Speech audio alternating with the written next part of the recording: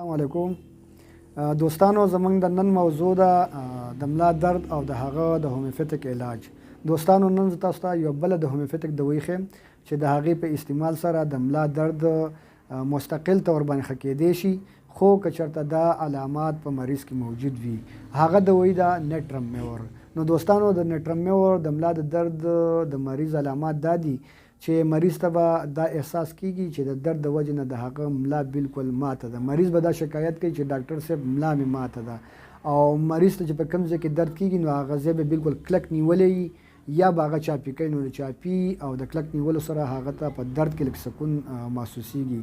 د دې نه علاوه مریض به په سخت ځای باندې سملي، کله چې دا په فرش باندې پروت وي یا دا په داسې بیډ باندې پروت وي په کوم کې چې فوم نه وي، نو دې ته به لږ سکون په درد کې محسوسیږي. خو چې کله فوم باندې سملي نو د دې درد به سوا کیږي.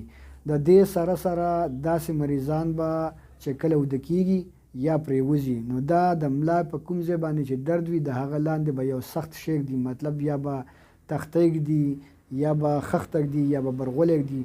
نو د دې سره هم دې مریض ته لږ سکون محسوسیږي. او دا بیماران چې کله ولاړي یا ناسي نو دا به خامخا یو شي ته ډډه وایي، مطلب که دا ګاډي خواته وي نو ګاډي ته به ډډه وایي، که د دیواله سره ولاړ وي نو دیواله ته به ډډه وایي، که چېرته په کټ کې ناسي یا په کرسۍ کې ناسي نو کرسۍ ته به شاته داسې ډډه والي. نو دې سره هم دې مریضانو ته سکون محسوسیږي.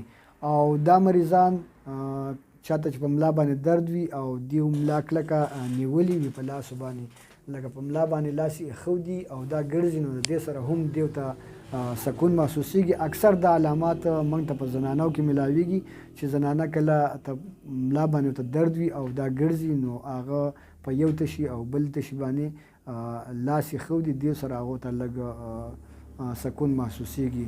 بل دا مریضان چې کله سحر پاسیږي نو د سحر پاسېدو ورته ډېر ګران وي، د پاسېدو په وخت کې دوی ته د ملا کې ډېر زیات درد وي، او کله چې دا رکوع کوي یا لږ ډېر ټایم ټیټ ولاړ وي او بیا پاسیږي نو په دې وخت کې ورته ډېر زیات تکلیف وي. دې بیمارانو ته خاص کر د ګرمۍ په موسم کې په ملا کې ډېر زیات درد کیږي، یا که د درد په ځای باندې ګرم ټکور وکړي نو د هغه سره د دې مریضانو درد سوا کیږي. نو دوستانو، دا د نیټرمیور علامات دي. که چېرته په تاسو کې دا قسم علامات وي نو تاسو نیټرمیور په 200 پوټنسۍ کې 15 قطرې په یو چمچ اوبو کې سحر استعمال کوي او 15 قطرې په یو چمچ اوبو کې ماښام استعمال کوي. د دې سره به انشاءالله ستاسو د ملا درد بالکل ختم شي.